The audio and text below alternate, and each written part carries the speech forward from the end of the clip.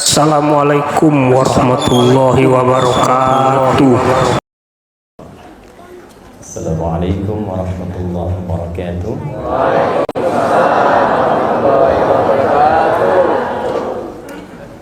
Alhamdulillah rabbil alamin. Wassalatu wassalamu ala nabiyyina wa sayyidina Muhammadin al-amin wa ala alihi wa sahbihi wa dhurriyyatihi wa ummatihi ila yaumiddin wa ba'd. Fa ya ibadallah, usi nafsi wa iyyakum bitaqwallahi faqad faza al-muttaqun fala tamutunna illa wa antum muslimun. Faqala ta'ala ya ayyuhalladzina amanu taqullaha haqqa tuqatih wa la tamutunna illa wa antum muslimun.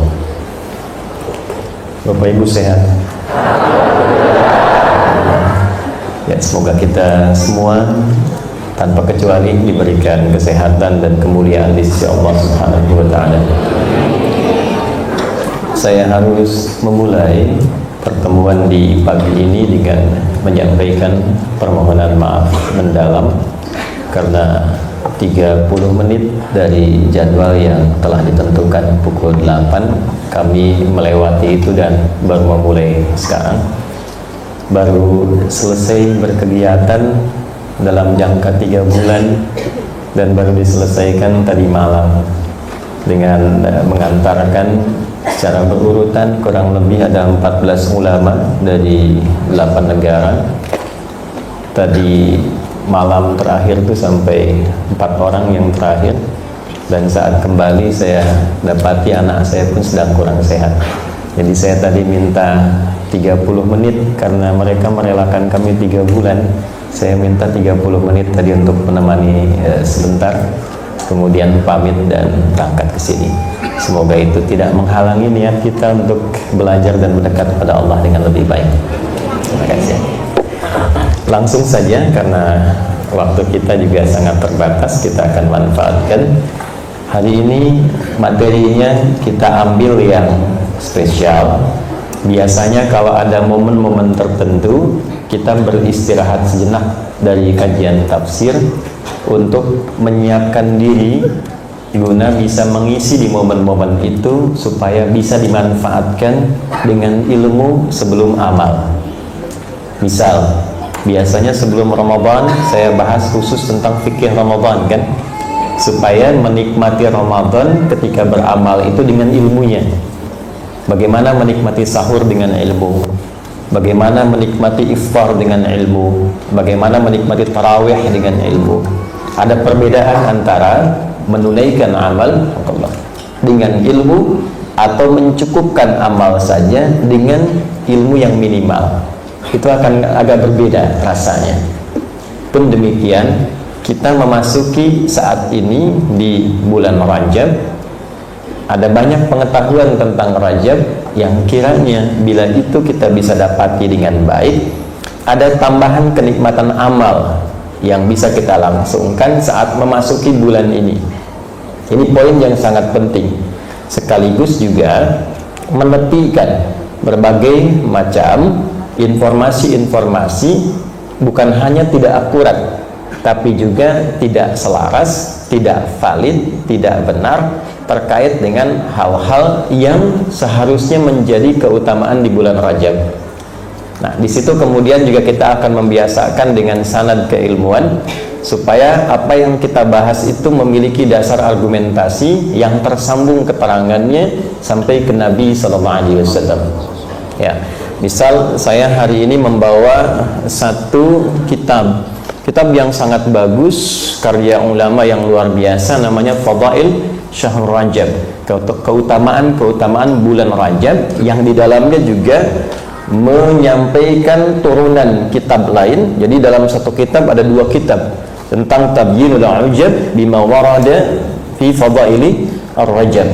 Ya, jadi ada keutamaan Rajab, ada hadis-hadis yang bertebaran menyampaikan keutamaan Rajab, dan itu dijelaskan mana yang sahih, mana yang dhaif, mana yang palsu. Ya, sehingga ketika kita akan memulai keutamaan di bulan Rajab, kita mesti mengetahui dulu ini dasarnya apa, argumentasinya apa. Yang sahihnya yang kita ambil, kita tunaikan. Kalaupun ada motivasi tapi dari riwayat yang tidak valid, tinggalkan itu, cukupkan pada riwayat yang validnya. Dan jangan salah mengambil kesimpulan, karena sering saya dapati beberapa menolak keutamaan Rajab dengan menampilkan ini hadisnya palsu, ini riwayatnya tidak benar. Betul, yang itu tidak benar, tapi yang sahihnya juga ada. Nah, ini harus ada keseimbangan, diungkap yang sahihnya, amalannya apa, strukturnya dari yang sahih itu. Adapun yang tidak sahih kita bisa tepikan. Nah, ini ada kitab bagus namanya Fadail Syahr Rajab, ya, karya Syekh Al-Khalal. Ini Al-Hafidh, gelarnya Al-Imam dalam ilmu hadis. Ya, kalau sudah hafidh itu kurang lebih hafal 100.000 hadis dengan sanadnya dan matannya. Dari sifulan sampai ke Nabi Sallallahu Alaihi Wasallam. Dan ini termasuk generasi yang awal-awal, ya, 350-an sampai 400 sekian hijrah. Jadi masih mendekat ke era-era ke tabi'in, ke sahabat, dan menjadi rujukan, ya, ulama yang menjadi rujukan. Jadi kita biasakan demikian supaya kajian kita itu, ya, bisa ada dasar-dasar yang menguatkan apa yang kita kaji. Sebetulnya begini, kenapa ini menjadi penting? Ulama dulu itu thiqah, nggak bawa kitab, jamaahnya langsung mengamalkan. Ulama sekarang bagus, tapi muridnya kritis tanpa pegangan, ya kan? Kritis tanpa pegangan tuh begini, ulamanya nyampaikan, masih ditanya dalil, dikasih dalil, minta diterjemahkan. Nah, itu problem gitu kan. Nah, karena itu lebih baik kita berikan referensi, nanti baca sendiri, ya. Baik, ini insya Allah asli, belum ada terjemahannya, ya, nanti insya Allah. Yuk kita mulai, ya. Saya bahas dari Al-Qur'annya dulu, nanti saya keluarkan struktur hadisnya, baru ke kitabnya, supaya lebih sistematis dan memahaminya juga bisa lebih maksimal insya Allah. Kita memulai dengan Al-Quran surah ke-9 At-Taubah di ayat ke-36. Baik, ya, Quran surah 9 At-Taubah di ayat ke-36. Nanti saya batasi sampai ke pemaknaannya. A'udzubillahi minasyaitonirrajim. Bismillahirrahmanirrahim. Inna iddatash syuhuri 'indallahi 12 syahran fi kitabillah Yawma khalaqas samawati wal arda minha arba'atun hurum Dzalika ad-dinul qayyim fala tadhlimu fihinna anfusakum. Stop sampai sini dulu untuk batasan kajian kita. Bismillah. Jadi kita tampilkan dulu yang pertama dari Al-Qur'annya, Quran surah At-Taubah atau Al-Bara'ah. Kalau Al-Bara'ah mengacu kepada permulaan ayatnya yang menunjukkan keagungan, kesucian, kebersihan segala hal yang melekat kepada Allah Subhanahu wa taala, sehingga menangkal segala jenis pemberian sifat dan tuduhan yang disampaikan oleh orang-orang yang tidak bertanggung jawab pada masa itu. Ya, bara'atum minallahi wa rasulih. Ini kalau disebut At-Taubah karena di dalamnya ada petunjuk yang mengarahkan hamba-hamba yang merasa pernah berbuat salah dan ingin kembali kepada Allah. Taubat itu artinya mengembalikan dari jalan yang salah kepada jalur yang soleh. Ya, bikin status tuh, ya, silakan. Ayat ke-36. Ya. Surat pakai sin, surah. Ada surah, ada surah, beda. Ada sin, ada sad, itu berbeda. Oke? Okay? Kalau surah ini pendalaman sebentar, ya. Karena kajian kami fokusnya ada di sini. Jadi yang terakhir itu yang kemarin sidang munakasyah itu kajian gramatikal terapan terhadap Al-Quran 30 juz. Ya, jadi nanti dikaji dari Al-Fatihah sampai An-Nas, menggali maknanya. Ya, kenapa lafadznya ini, keutamaannya apa? Kalau hilang satu standar yang biasa di bahasa manusia, maknanya apa? Kenapa firman Allah kalimatnya begini? Nah, sampai seperti itu. Nah, supaya merasakan kenikmatannya. Kalau ada sin, ada sod itu berbeda. Surah pakai sod, artinya ma'rifatus syai'i bi'ainil basari. Pengetahuan atas sesuatu dengan melihat penampakan gambarnya.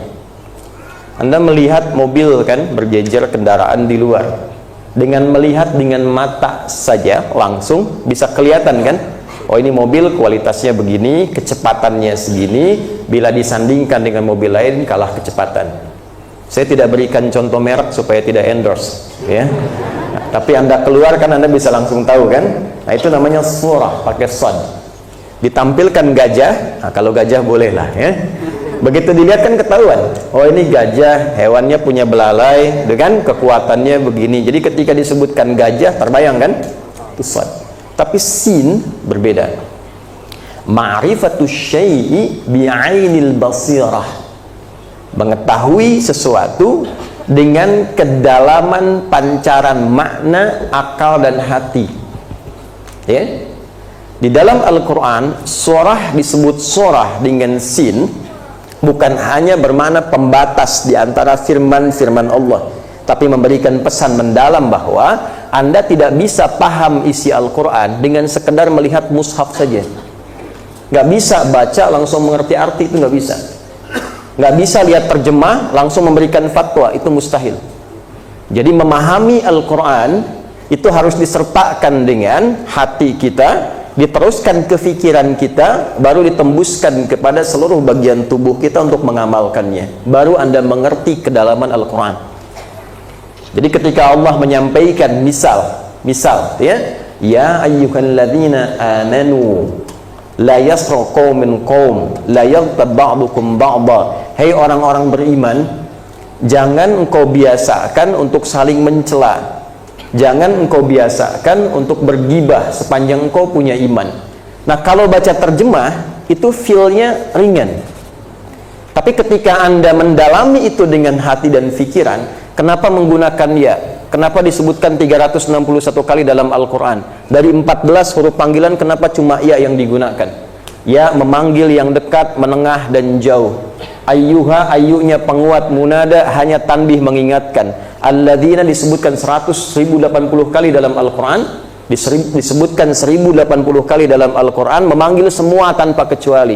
Jadi terjemahnya begini, hei seluruh hambaku tanpa kecuali, baik engkau laki-laki, perempuan, merasa punya jabatan atau biasa saja, sepanjang engkau mengaku punya iman, dimanapun engkau berada, engkau merasa tinggal di desa, engkau merasa tinggal di kota, engkau merasa tinggal di pinggiran, sepanjang engkau merasa punya iman, aku hargai imanmu, aku ingatkan, aku tegaskan pada dirimu, gunakan imanmu untuk berbuat baik dalam kehidupanmu. Jika iman ada pada lisanmu, jangan gunakan dengan iman itu engkau mencela orang lain, engkau bergibah dengan orang lain, karena itu menjatuhkan derajat imanmu. Beda kan? Nah, itulah sin. Itulah apa? Sin. Kita belum mulai, saya baru contohkan ini. Ini Quran surah ke-9 ayat ke-36. Tafsirnya nanti dalam hadis. Tafsir ini kita temukan di antaranya di Sunan Abu Daud. Saya sebutkan kitabnya dulu. Sunan Abu Daud. Nama aslinya Sulaiman As-Sijistani. Sulaiman As-Sijistani. Ya. Abu Daud ini kunyah, nama yang dilekatkan kepada sosok bernama Pak Sulaiman. Namanya Sulaiman dari Sijistan. Dikenal dengan Sulaiman As-Sijistani, kunyahnya Abu Daud. Ada tafsir yang jarang diketahui. Ya, biasanya kalau Abu ini bisa kepada anak pertama, bisa kepada sifat dominan, ya kan? Atau kepada keistimewaan tertentu. Misal, jika ada orang punya anak pertama, ya, misal Nabi Muhammad saja sallallahu alaihi wasallam punya anak pertama Al-Qasim, maka ada tradisi di Arab sejak sebelum datang Islam, untuk memuliakan dan memberikan penghormatan serta selamat pada sosok yang baru memiliki anak pertama, maka dilekatkanlah nama ayah kepada anak pertamanya. Nama Rasulullah SAW Muhammad, ya? Anak pertamanya Al-Qasim, maka beliau dihormati oleh masyarakat dengan nama Abul Qasim. Jelas di sini?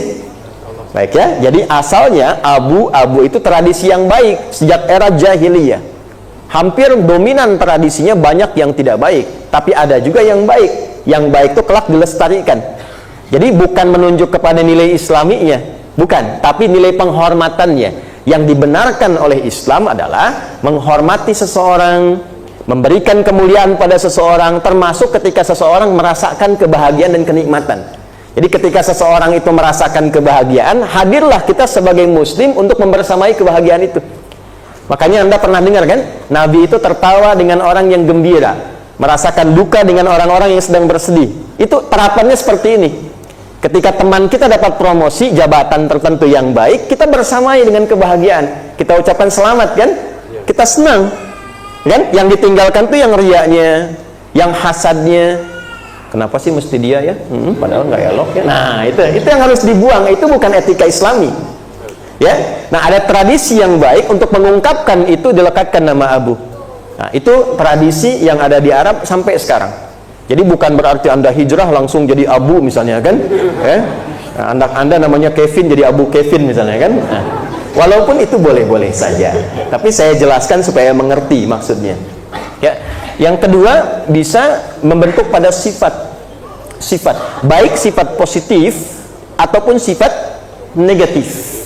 Ya, misal yang negatif Abu Jahal, ya itu kan paling viral ya. Nah, ada lagi yang setengah positif setengah negatif. Ya, misalnya orang yang senang tidur pas kajian, tidur misalnya kan, misal saja contoh, di kelas tidur, ya di kantor tidur bahasa Arabnya naum, maka Abu Naum, ya yang dominan tidur. Nah, baik ya. Nah, yang senang gosok-gosok jadi Abu. Misal ya. Nah, ini keistimewaan yang melekat pada Syekh Sulaiman dan dikomentari salah satunya oleh Ibnul Qayyim Al-Jauziyah rahimahullahu taala. Beliau ini penguasaan hadisnya sangat luar biasa. Bahkan dari hasil seleksi hafalan yang sangat banyak, mengeluarkan kurang lebih 4.000 hadis yang dikumpulkan dalam kitab Sunan. Sunan itu kitab hadis yang disusun berdasarkan urutan fikih. Jadi temanya fikih. Kitab misalnya Thaharah, kitab salat dan seterusnya. Kalau tematik umum, temanya umum, itu disebut jami'. Kalau temanya berdasarkan periwayatnya, ini si fulan, fulanah meriwayatkan hadis sekian, profilnya begini, itu musnad namanya. Kalau urutannya berdasarkan alfabetik untuk kita cari penelusuran hadisnya, itu mu'jam namanya.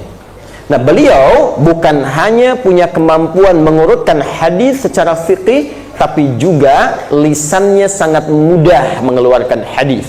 Ketika ditanya, ini sahih, ini dhaif, ini kurang, ini sekian, ringan sekali, mudah melunakkan hadis. Jadi kata Ibnul Qayyim Al-Jauziyah rahimahullahu taala, kalau dulu ada Nabi Daud mudah melunakkan besi dengan tangannya, maka ini Abu Daud karena mudah melunakkan hadis dengan lisannya. Paham di sini? Nah, ini satu tambahan pujian ulama pada makna kunyah yang lain. Jelas ya? Baik. Bisa ke anak, bisa ke yang lain, tapi ini tambahan makna dari Ibnul Qayyim rahimahullahu taala. Nomor hadis 1947, ya, 2 tahun setelah kemerdekaan kita. Kita merdeka tahun 1945. Cara menghafal itu agak mudah untuk diasosiasikan ya, supaya tidak lupa ya. Atau kurang lebih ya 27 menit setelah Isya. Isya 1920, 27 menit setelah Isya 1947. Rawinya Abu Bakrah, bukan Abu Bakar ya, Abu Bakrah bin Nafi' atau Nafi'. Abu Bakrah Nafi' nama aslinya bin Al-Harith. Ya, kurang lebih. Nanti hadisnya kita bacakan. Rawinya ini, nama aslinya ini, kemudian bapaknya Al-Harith. Kita mulai bacakan dari Al-Qur'annya dulu, kita keluarkan pedomannya. Inna iddatash syuhur. Sungguh aku tegaskan. Saya bacakan dengan pendalaman makna hurufnya ya. Jadi kalau dikaji di Arab kepanjangan nanti. Inna harfu nasbin wa tawkidin tansibul isma wa tarfa'ul khabara mabniun 'alal fathi la mahalla lahu minal i'rabi. Paham? Tidak, kan? Kan kepanjangan kalau begitu. Tapi kalau saya teruskan langsung, inna, sungguh aku tegaskan. Tanamkan pada hatimu yang paling dalam, jangan goyah. Inna iddatash syuhuri, bilangan bulan yang telah ditetapkan, yang mengiringi kehidupan hamba, indallahi, telah ditetapkan di sisi Allah, isna asyara syahran fi kitabillah, berjumlah 12 bulan dalam setahun, berupa ketetapan yang telah dituangkan dalam kitabullah. 1 tahun 12 bulan. Dulu pernah ada ilmuwan, kalau saya tidak keliru, dari Romawi, yang mencoba merubah konsepsi 12 bulan ini dengan pendekatan 13 bulan, tapi ternyata tidak seimbang. Dikembalikan lagi kepada 12 bulan. Jadi setahun 12 bulan itu fitrah berkehidupan yang kita jalani. Dan sependek pengetahuan kami, rasanya hanya Al-Quran yang memberikan penegasan ini. Setahun ada berapa? 12 bulan. Yauma khalaqas samawati wal arda. Dan ketentuan ini ditetapkan sejak mula penciptaan langit dan bumi. Jadi ketika langit diciptakan, bumi diciptakan, desain kehidupan mulai ditata, bersamaan dengan itu iringan waktu pun ditetapkan, dibuat hukum waktu. Setahun 12 bulan. Minha arba'atun hurum. Dari 12 ini ada 4 bulan spesial untuk evaluasi, bulan refleksi, bulan evaluasi. Ada 4 bulan. Dan disifati dengan bulan hurum. Bila kita terjemahkan dengan bahasa kontemporer sekarang, bulan evaluasi atau refleksi. Pelan-pelan ya. Bahasa kekiniannya yang sering dipakai di bahasa Arab, muhasabah gitu kan. Baik, jelas di sini? Baik. Pelan-pelan. Perhatikan baik-baik, Bapak Ibu sekalian. Saya akan sampaikan satu materi yang mungkin jarang dikaji, agak sulit ditemukan di beberapa referensi. Ini butuh pendalaman. Karena itu saya minta Anda fokus betul. Hal yang kita bahas sekarang belum tentu dikaji di tempat-tempat pada umumnya. Kalimat pertama ini itu menunjukkan kesan kepada kita tentang manajemen waktu dalam beraktivitas. Jadi Allah mengarahkan kepada kita, Anda kan hidup dalam setahun itu 12 bulan. Nanti sebulan ada 4 pekan. Baik ya, ada yang bertambah mungkin sedikit berdasarkan jumlah waktunya. Dari sepekan ada 7 hari. Nah, Quran mengajarkan pada kita keteraturan.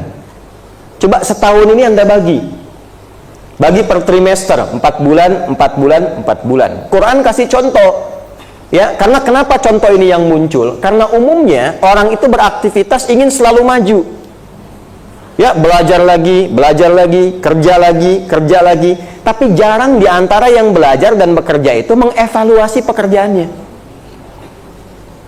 Ya, coba yang sudah berumah tangga, belasan tahun, puluhan tahun, umumnya kan menjalani saja kan? Ya kan? Oh, kita alhamdulillah ini punya anak, nanti alhamdulillah, sekarang alhamdulillah punya cucu sekian. Pernah nggak dievaluasi dalam periode kehidupan rumah tangga itu? Pernah nggak ada target-target yang kemudian ditulis kembali, tercapai atau belum? Kalau meninggal bagaimana? Warisnya seperti apa? Jangan sampai saat meninggal anak-anak rebutan warisan. Jangan sampai saat meninggal terputus silaturahim.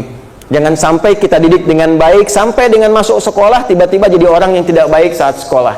Jangan sampai kita ajarin sholat, tapi ketika kemudian dia tumbuh dewasa, dia lupa dengan Tuhannya. Pernah nggak dalam episode kehidupan itu dihadirkan momen untuk evaluasi?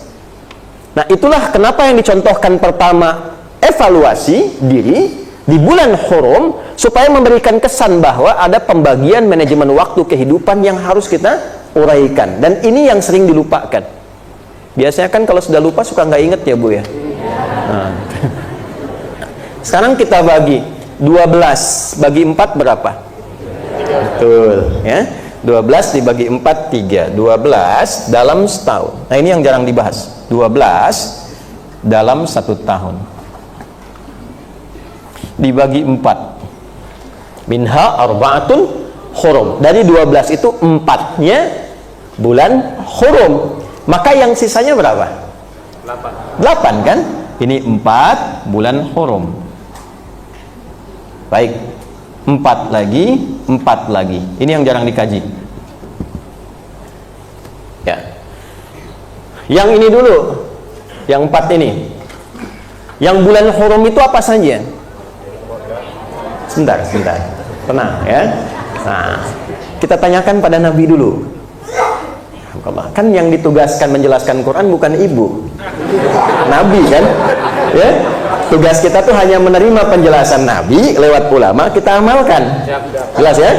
Maka bagaimana Nabi memberikan penjelasan, keterangan penjelasan Nabi, ditemukan dokumentasinya di dalam Sunan Abu Daud nomor hadis 1947, riwayatnya tersambung ke Abu Bakrah, nama aslinya Nafi, bapaknya namanya Al-Harith. Ya, disambungkan ke Nabi, Nabi mengatakan, perhatikan kalimatnya, inna zamana qad istadara ka hayati yauma khalaqallahu as-samawati wal arda. Sungguh perputaran waktu itu akan berputar demikian saja, terus berulang seperti itu. Ya, nggak ada yang beda Pak, Bu. Yang membedakan itu kata Nabi, itu aktivitas kitanya. Sejak diciptakan langit dan bumi, Allah mencipta langit dan bumi, membuat desain kehidupan, lalu mengantarkan perjalanannya disebut dengan waktu. Waktu itu berputar begitu saja, setahun kata Nabi 12 bulan. Ambil dari sebulan 4 pekan, sepekan misalnya ada 7 hari, ya, satu harinya 24 jam. Kalau Anda lihat perputaran jam, ini 00 ke sini, 12 ke sini 6, 24 jam berputar sini arah jarum jam. Kan waktunya begitu saja Pak, nggak berubah. Anda kalau nggak percaya, pantengin tuh jam 24 jam begini aja gitu ya. Itu begitu aja berputar. Yang merubah suasananya, yang merubah keadaannya, itu aktivitas kitanya. Sekarang Anda ada di sini, 1 jam kemudian Anda di jalan, 1 jam kemudian Anda di tempat lain. Yang merubah suasana itu kan kita ya. Jadi sebetulnya nggak ada perubahan zaman dalam konteks waktu ya, karena waktu itu begitu saja berputar. Yang merubah itu suasananya, keadaan kitanya ya. Yang merubah itu perilaku kitanya. Maka yang harus ditata bukan zamannya, bukan waktunya, kitanya yang menata diri. Itu kata Nabi itu. Jadi yang menentukan perubahan itu aktivitas kitanya. Waktunya akan berputar demikian. Waktu itu sudah haknya Allah ya, amalnya, fa'alnya Allah, pekerjaannya Allah. Jadi Allah membuat desain waktu yang sudah jadi pekerjaan Allah. Anda jangan ikut-ikutan bekerja di situ, karena sudah ketentuan Allah yang ditetapkan kepada kita, itu yang kita lakukan. Jadi kita tak mungkin memutar waktu. Rasanya ingin kembali ke masa lalu ya, rasanya. Ya, baik, jelas ya. Kira-kira Bapak cinta pada ibu yang sekarang atau yang 10 tahun yang lalu? Begitu sebaliknya. Nah, itu kan permainan kata dan waktu saja, tapi waktunya kan nggak akan berubah. Jelas sampai sini? Nah, maka kalimat pengantar dari Nabi untuk menegaskan apa yang Allah sampaikan tentang pembagian waktu, hakikatnya petunjuk pada kita untuk menata aktivitas. Anda tidak bisa mengatur dan merubah waktu karena sudah ketetapan Allah. Tapi yang bisa Anda lakukan, memanfaatkan waktu itu dengan menata aktivitas yang lebih baik, rapi, dan bertanggung jawab.